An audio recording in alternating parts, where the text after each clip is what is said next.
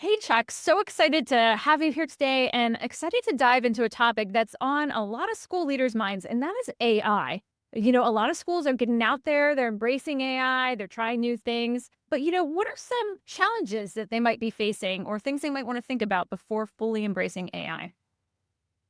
So the thing that I'm thinking about most these days is that a lot of schools are using AI, but without using the strategy that goes with it.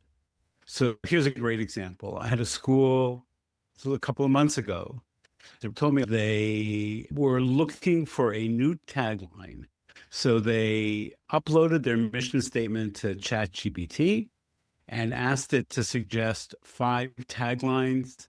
They looked at the list of five, they liked one of them and said, "This is great. This is now our tagline." And with no strategy, no thought to their position in the marketplace, no thought to their competitive advantage or to their positioning or to what their parents or faculty or any of the stakeholders in the school might think about that tagline. It was just, okay, great. In 15 minutes, here we go. We like it. We're done. This is it. This is our tagline. We're ready to go. And I think that it's a real danger because AI seems so simple, right? And it's so easy to do things like that. But I don't think you're going to get, in fact, I know you're not going to get the kind of results that would be most beneficial without the strategy and the thought that really needs to precede it. And the other part I think about that's a real shame is that ChatGPT is able to handle the research and able to handle the strategies, really. So if you did all of that strategic work, and if you put together this whole body of information and then put all of that into ChatGPT, maybe along with your mission statement, and said, now give us five suggestions for a tagline, you would get something totally, completely different and something that was so much better informed. So I don't know. I just think that it's kind of enticing schools to skip a lot of the steps that can make their marketing practices, everything that they're doing better. And, look, and it's not just taglines. I mean, it can apply to digital advertising. It could apply to websites. It can apply to, everything. I mean, all of those things need that strategic foundation in order to make them better. Chuck, I'm so glad you brought up this topic because, AI can help us in a lot of different ways, and it is easy. But there's also the strategy and the work. And I almost think the data that comes along with those decisions, like you were talking about that tagline, for example. Ideally, you would have the parent input, you would have different input from across the board. You would have done a competitor analysis, maybe you would have seen a lot of different elements right there, which ChatGPT, just by feeding in the mission statement, is not going to give you that, right? So you're missing these crucial steps that are actually leading to a very costly potential mistake. Because think about those taglines, they could put everywhere, right? How do we understand that AI is so important and it's here to stay, yet there are reasons why we don't want to use it for that strategy piece? I'm curious, Chuck, when you're thinking about other projects, where have you seen other ways where AI has potentially led marketers a bit astray on implementing things? It's this idea that whatever it is that you're trying to do, whether it's come up with your digital advertising headlines and copy, you can go to AI and say, here is our school website. Suggest five headlines and descriptions for digital advertising. And the nice thing about AI is it never says no, right? It never says, no, no, I can't do that. It will always give you something. What's interesting is that if people would even just do something simple with AI and follow up a request with a question that says, what else do you need to know in order to make your answer even better?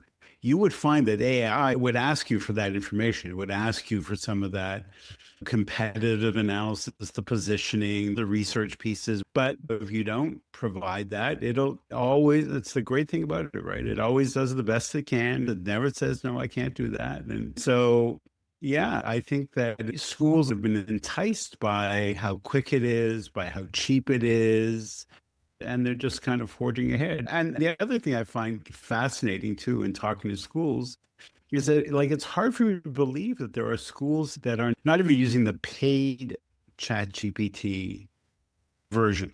Like for $20 a month, they're not using that, and for everything that that can provide. I think that we're in that kind of in between stage, I think, with schools. I'm sure you've encountered this as well. There are some schools that are using AI in a very sophisticated way, very, very sophisticated. So anyway, I just think that that strategy piece is really, really critical to getting the most out of it. Yeah, I think so too. I also think understanding what you're looking for. For example, I was telling my 13-year-old, so he watches me use AI, and I tell him, okay, so this is why I'm doing this, right? I want him to know how to use it. I said, if I didn't know how to write, if I didn't know marketing, and if I didn't know what the end goal is based on a lot of different things, what ChatGPT gives me, what AI gives me, I might just use. But I know what I'm looking for. I know how to write. I know like these different components. And I'm telling him, like, that's the reason you need to know these different components before you start using it.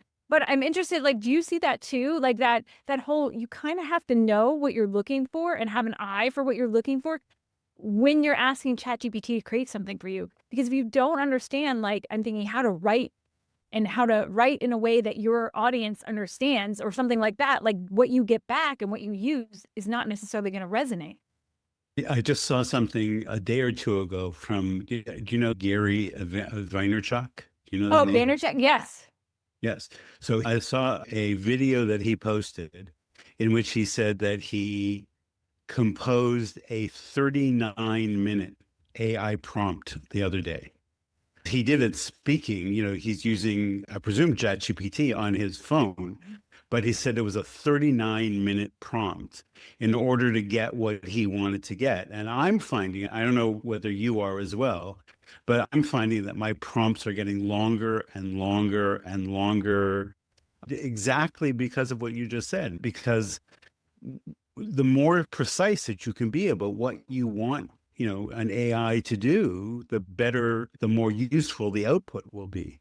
And so I agree with you. And in order for anything it gives you to be useful, there has to be that strategic foundation that goes with it, because otherwise they're just suggestions that you could make about any business or any school. And I think that becomes a problem. So yeah, the prompting was huge. And the other thing is that there's so many resources available these days. Brendan Schneider, Great. has lots of resources on his site. He's got this whole AI prompt library. There's other places you can look. And by the way, you can ask AI to write a prompt for you. Like, this is what I wanted to accomplish. What would it give me a good prompt, maybe with blanks to fill in, that will help me get what I'm looking for? So, it's so interesting because there's so much potential. And, people are just looking for the quick fix, I think sometimes, just the easy, quick fix to save time. Let's just get this done. This is a pain in the butt. We're just going to make this happen. Wise words, Chuck. Wise words. I agree. I'm excited for what's to come with AI, and I'm also aware of the many challenges ahead with that as well. So, Chuck, thank you so much for being here today, talking with me about AI and schools. I'm looking forward to hearing more in the future. Great. I'm looking forward to telling you more.